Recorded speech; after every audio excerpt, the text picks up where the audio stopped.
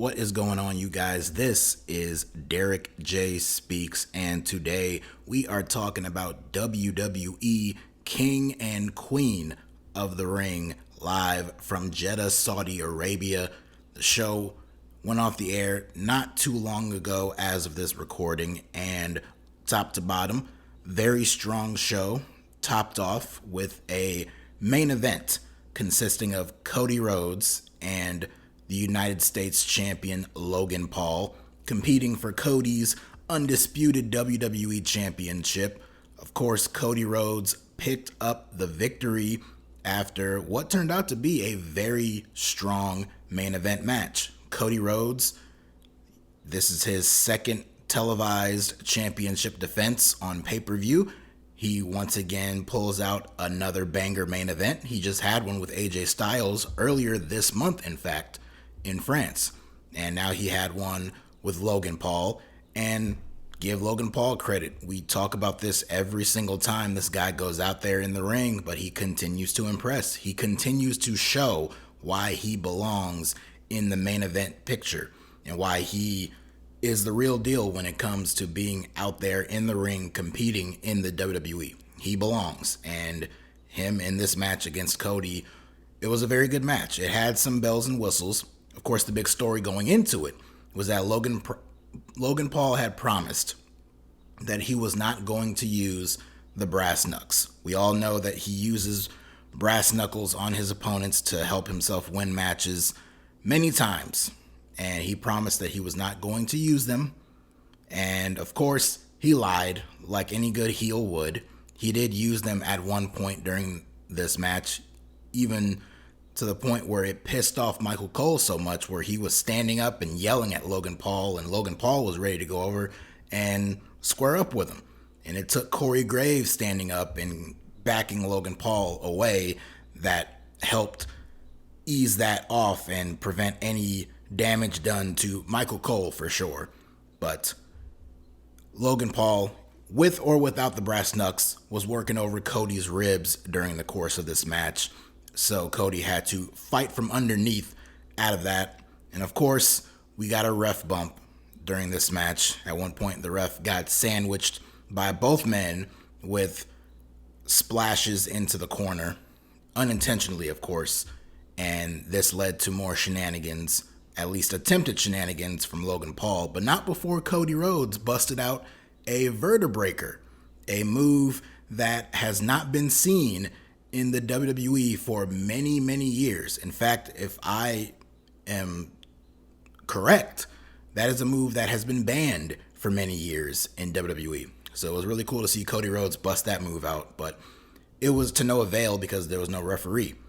And Logan Paul managed to hit a low blow on Cody, and he went to use the brass knucks yet again, but this time he was thwarted by Ibrahim Hajij, I think is his name. I apologize for not recollecting his name, but Ibrahim, I know that's his name. He's a popular personality in Saudi Arabia. He appeared on on a previous Saudi show, and he did the ring announcements for the match before it started. So he was still out there. He kind of pulled at Logan Paul's leg to prevent him from using the brass knucks, and this led to Cody delivering the trifecta of crossroads on Logan Paul and led to his victory. So Cody Rhodes retained the title, much to the delight of the Saudi fans who loved this man.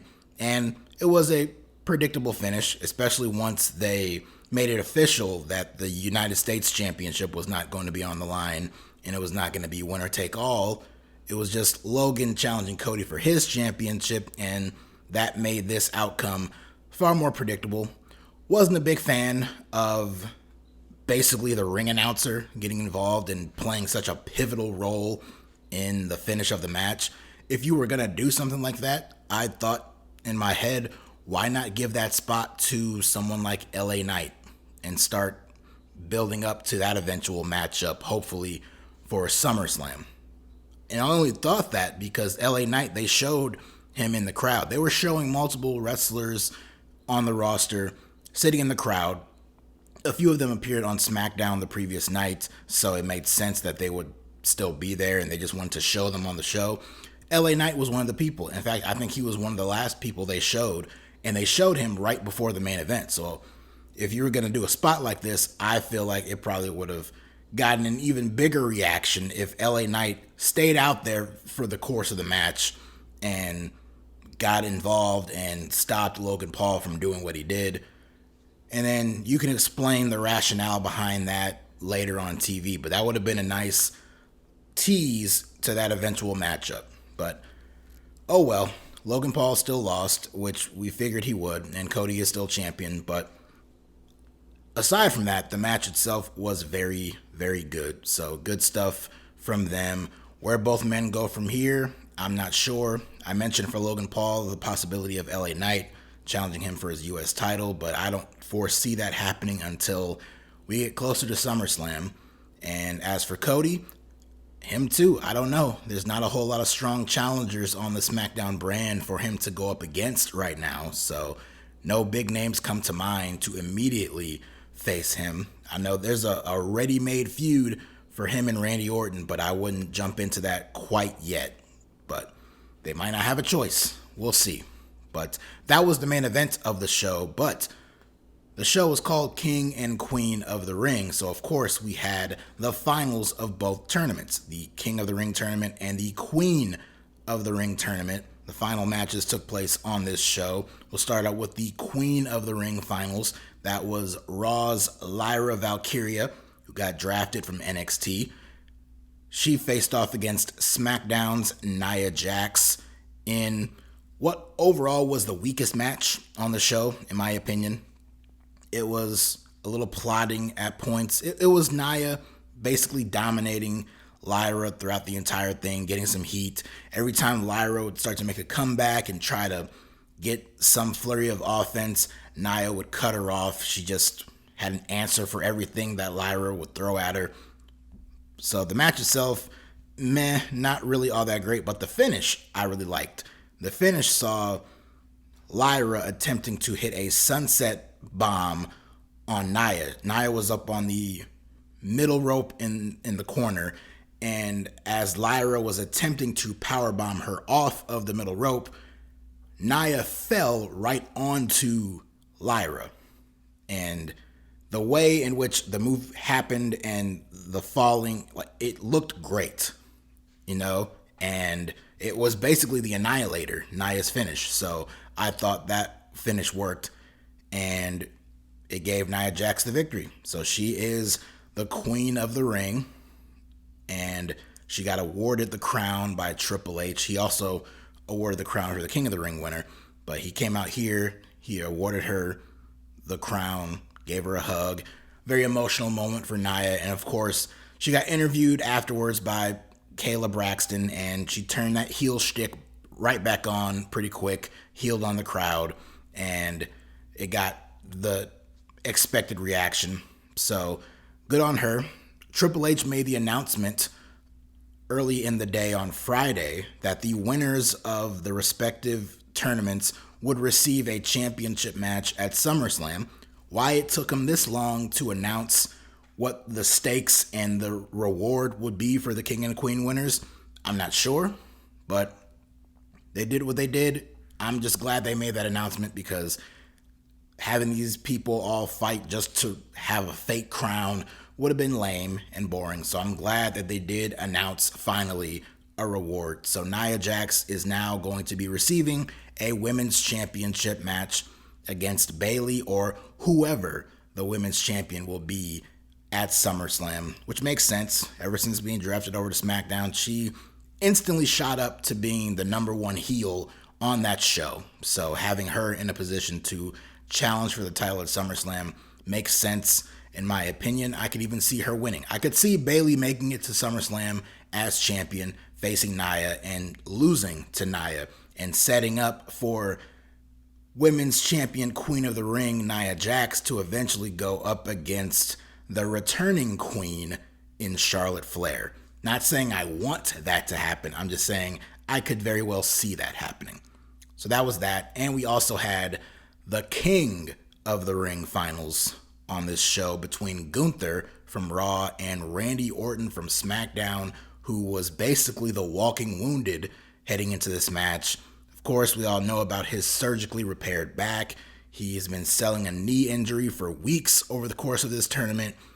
Meanwhile, Gunther has been beating a lot of his opponents on Raw with multiple submissions, half crabs, full-on Boston crabs. He's been targeting lower backs and injured knees and all that. So I thought that was going to play a bigger role into the finish of the match. I guess it kind of did, but not as much as I thought it would. But for the match itself, it was a very good match. It was a very good match that came off as being even greater because of the crowd. The crowd was so hot for this match. They cheered for Gunther when he came out. They liked Gunther, but they really loved Randy Orton. They carried on the tradition of the crowd singing along with his theme song, like we saw in France for Backlash earlier in the month. So they were doing that. That went on for such a long time, but the fans were into it the entire time. And then as the bell rang, before they even really did anything, these guys barely touched each other, and the fans were just going crazy for this already. So that created an incredible atmosphere for this match. And I thought these two had really good chemistry. And Orton was being abused by these Gunther chops, as you would expect in these matches. You know, for the people, the critics of Gunther who say, oh, all he does is chop. Yeah, that's a big thing that he does, but he does it very well. He does it almost damn near better than anyone else in wrestling today. But he is much more versatile than that. He does other moves, and he does those moves well also, making him an all-around great performer and putting on great matches like this one. And of course, Randy, he was selling his injuries over the course of this match, and it did come back to bite him in the ass in the end.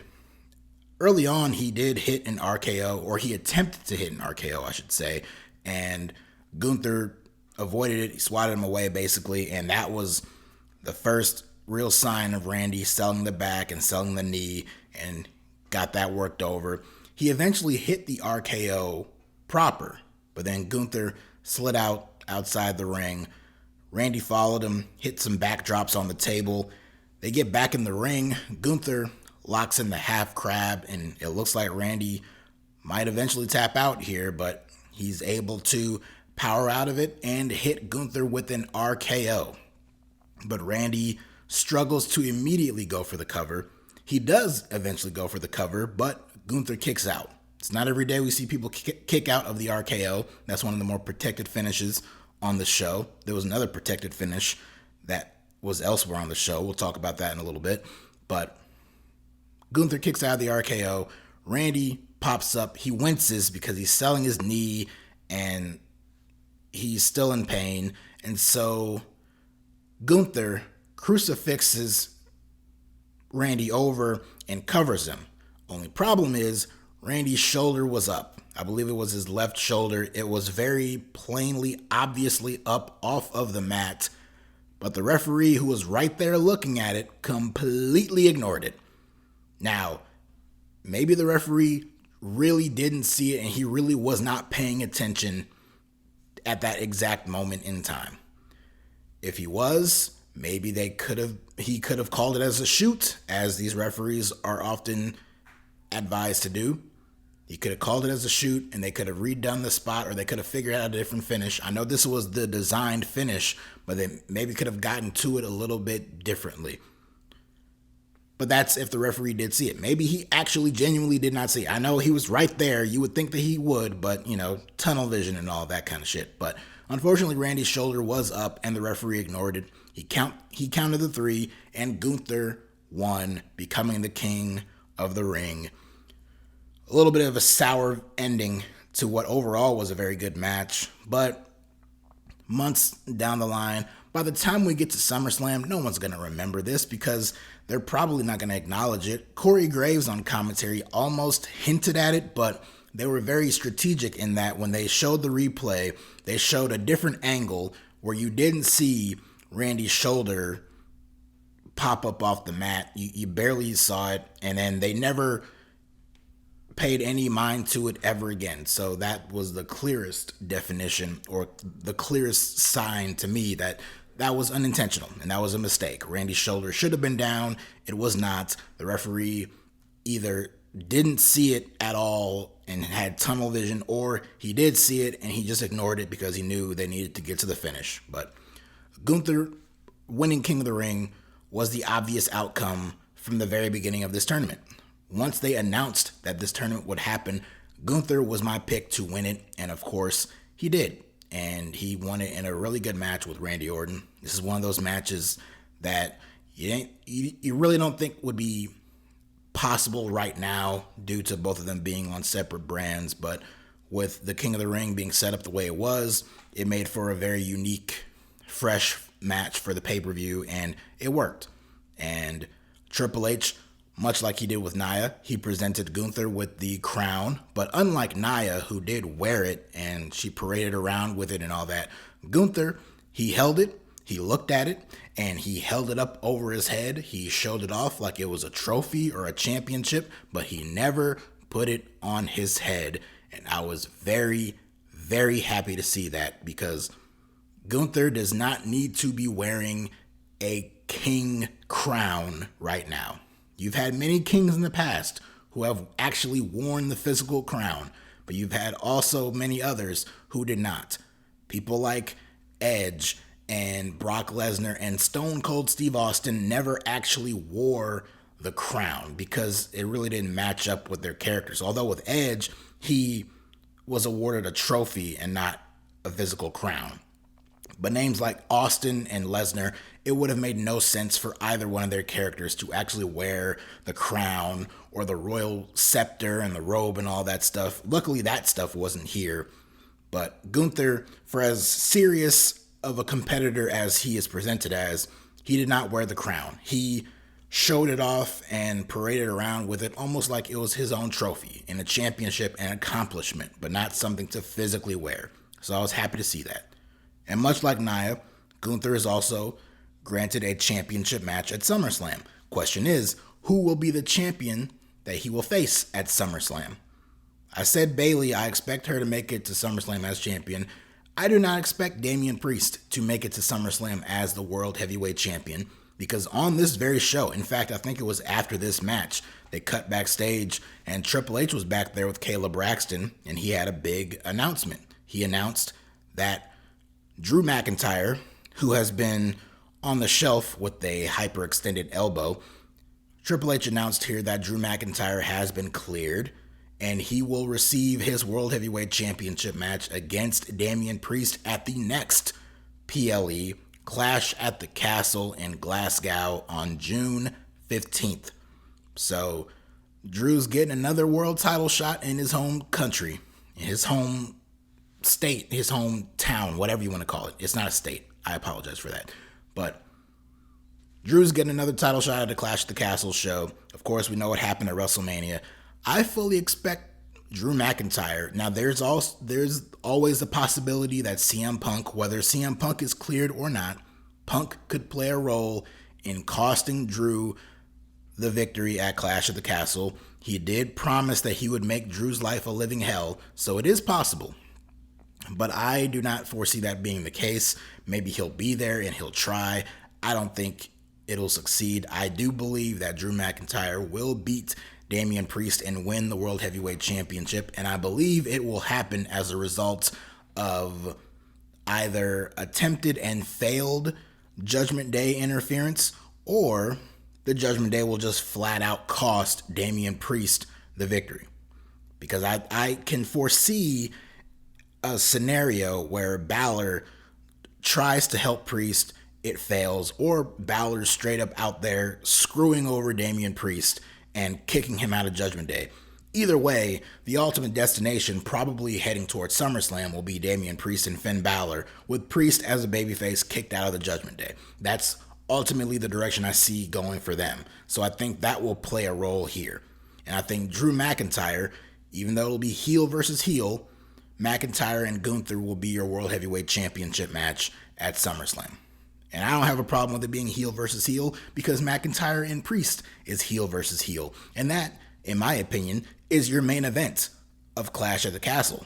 I don't know what match they'll have for Cody. They might not have a match for Cody on that show. They didn't have a match for Damian Priest on the King and Queen of the Ring show today.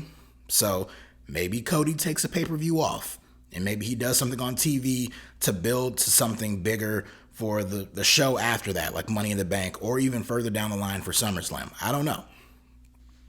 But I can see Drew McIntyre winning the World Heavyweight Championship and going on to defend it against Gunther at SummerSlam. And there, I think, is when CM Punk will cost Drew McIntyre the title. Because Punk and McIntyre, it'd be cool if it was for the title. It doesn't necessarily need to be for the title, especially now that they have established that Gunther is going to be in contention for the championship. I don't really want Gunther mixing in with Punk and McIntyre right now. So have Gunther beat McIntyre for the championship at SummerSlam, and then turn around a few weeks later at their Bash in Berlin show. Gunther can defend the championship against someone else. Maybe by that point, Ilya Dragunov has been built up enough and you can do that match then. I don't know. Maybe Sheamus can be built back up. You can tell the story of how Sheamus has never beaten Gunther and now he wants to face him for the World Heavyweight Championship. I don't know. And then in a separate undercard match, you can have McIntyre and CM Punk. Or another option, maybe by that point, Seth Rollins is healed and he's back and maybe he can face Gunther at Bash in Berlin. I don't know. But that's how I see things going in terms of that. Now, elsewhere on the show, outside of all the big stuff with King and Queen of the Ring and the main events, we had two undercard matches. We had the opening Women's World Championship match between Liv Morgan and Becky Lynch. I thought these two had a very good match with a very, very clever finish because Dominic Mysterio was here in Saudi Arabia. He said on the pre-show, he told Liv to her face that he flew all the way over to Saudi Arabia to make sure that Liv does not get her hands on Mommy's title, of course, that being Rhea Ripley. So, Liv on her revenge tour clearly had every intention of taking that championship, and she did, thanks to help from Dominic Mysterio, albeit unintentional, accidental help, or so we are to be believed right now. Because Dominic, he did eventually come out there. He was at ringside, and as the referee had his back turned, he slid a steel chair in the ring in the direction of Becky Lynch, hoping that she would use the chair. Becky, of course, wanted absolutely nothing to do with Dominic, and she did not want to use the chair, but Dom was up on the apron trying to distract the ref, and as Becky was trying to dispose of the chair and get it away, Liv ended up hitting a DDT on Becky onto the steel chair, and then she hit her Oblivion finish and got the win. The Oblivion is a finishing move that does not really look all that great, but no one has kicked out of it yet. It is one of the more protected finishes in the company, which is crazy because it does not look great. Yet, no one has ever kicked out of it. To my knowledge, no one has ever kicked out of Liv Morgan's finish. So that's crazy. One of the ugliest finishers, and I love Liv Morgan. I'm a big fan of hers. I'm happy that she won here. I'm a big fan of hers, but one of the ugliest finishers in the entire company is one of the more protected. Unbelievable. But Liv Morgan gets the win here with the assist from Dominic Mysterio. And I say accidental, only not really, only because they have shown little teases and hints and little stuff in the background on segments on TV of Liv exiting a room in the back, and then minutes later we see Dominic Mysterio also leave that room.